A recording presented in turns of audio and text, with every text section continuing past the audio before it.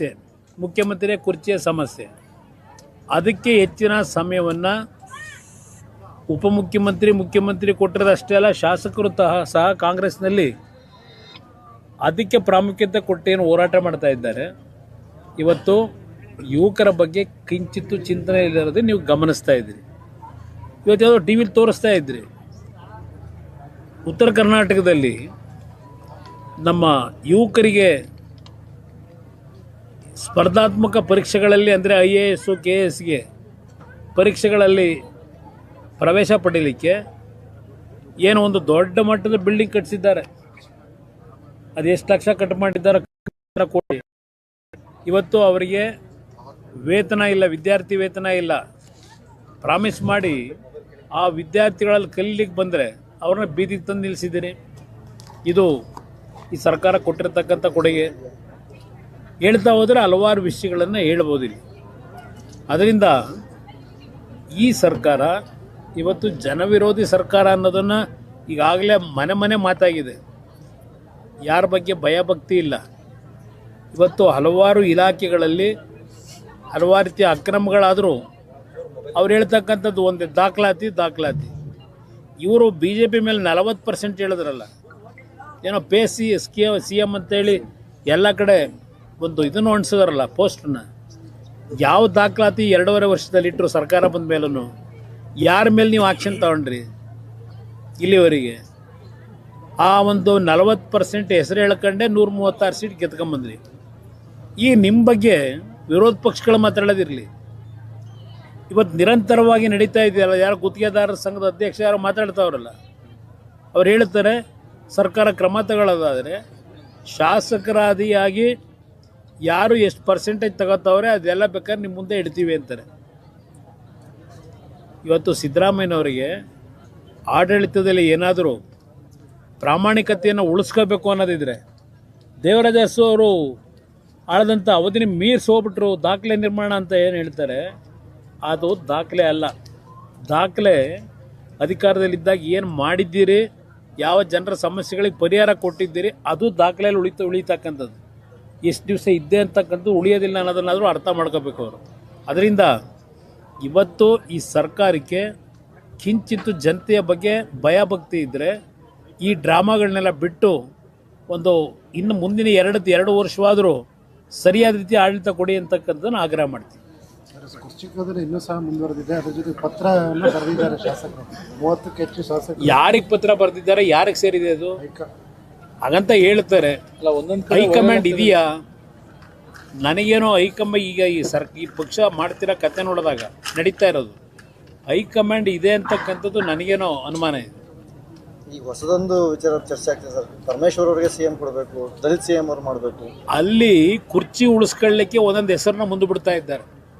ಕುರ್ಚಿ ಉಳಿಸ್ಕೊಳ್ತಕ್ಕಂಥ ನಿಟ್ಟಿನಲ್ಲಿ ಒಂದೊಂದು ಹೆಸರುಗಳು ಬರ್ತಾ ಇದೆ.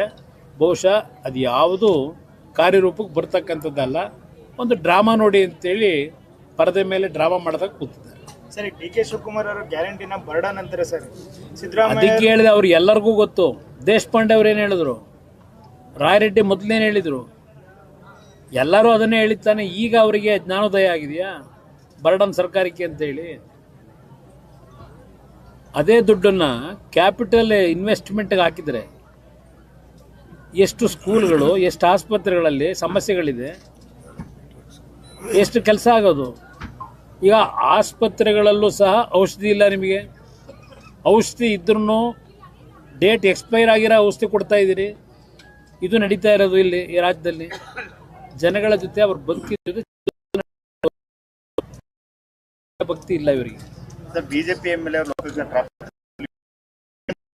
ಕೆಲವೊಂದು ಆಡಿಯೋಗಳು ತುಂಬಾ ಓಡಾಡ್ತಿದ್ದಾವೆ. ಅದು ನನಗೆ ಅಷ್ಟು ಗೊತ್ತಿಲ್ಲ, ಅವ್ರ ಪರಿಚಯನೂ ನನಗೆ ಅಷ್ಟೊಂದು ಆತ್ಮೀಯವಾಗಿ ಏನಿಲ್ಲ. BJP ಶಾಸಕರು ಏನು ಮೊನ್ನೆ ಒಂದು ಘಟನೆ ನಡೆದಿದೆ, ಷಡ್ಯಂತ್ರ ನಡೆದಿರ್ತಕ್ಕಂಥದ್ದು ನಿಜವೇ ಆಗಿದ್ರೆ ಎಂತೆಂಥ ತನಿಖೆಗಳು ನಡೆಸಿದ್ರು. ಅವ್ರ SIT ಭಾಳ ಅತ್ಯಂತ ಅದ್ಭುತವಾಗಿ ಕೆಲಸ ಮಾಡ್ತಕ್ಕಂಥ SIT. ಆ SIT ಬಹುಮಾನಗಳು ಬೇರೆ ಕೊಡ್ತಾರೆ. ಸಮಾವೇಶದ ನಾಳೆ ದಿನ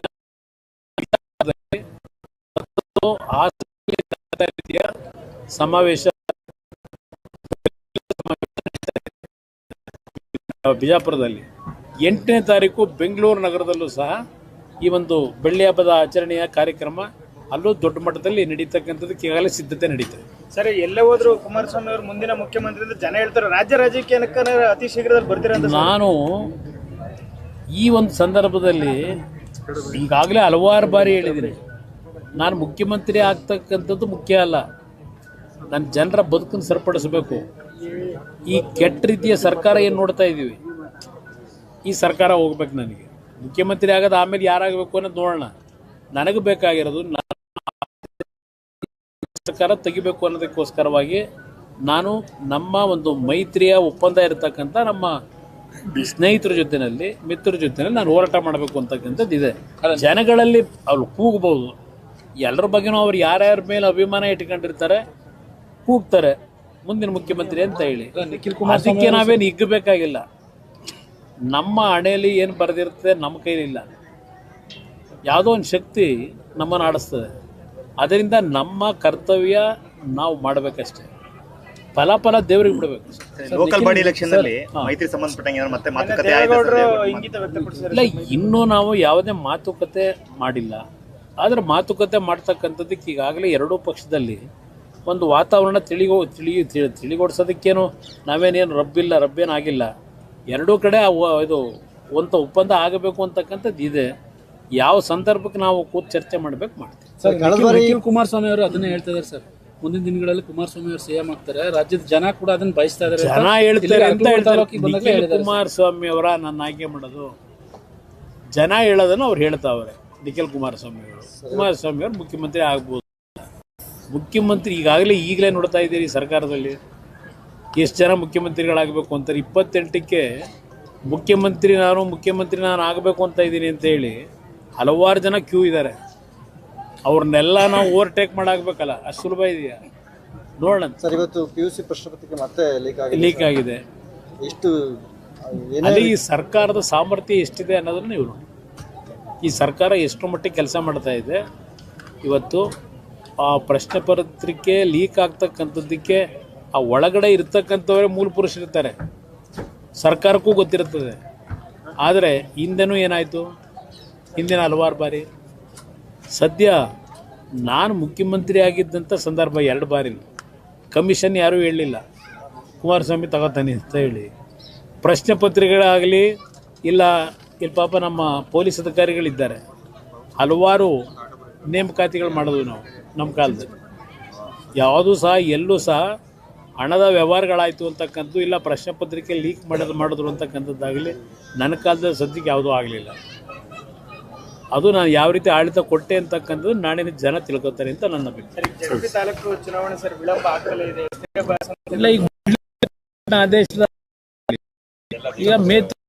ಈಗ ಆಗಿದೆ ನೋಡೋಣ ಏನು ಮಾಡೋಣ. ನೀವು ಫೇಸ್ ಮಾಡಕ್ಕೆ ರೆಡಿ ಇದ್ದೀರಾ ಸರ್? ನಾವು ಸಿದ್ಧ ಇದೀವಿ, ಅಲ್ಲೇ ಅದಕ್ಕೆ ರೆಡಿ ಮಾಡ್ತೇನೆ. Thank you brother. ಏನು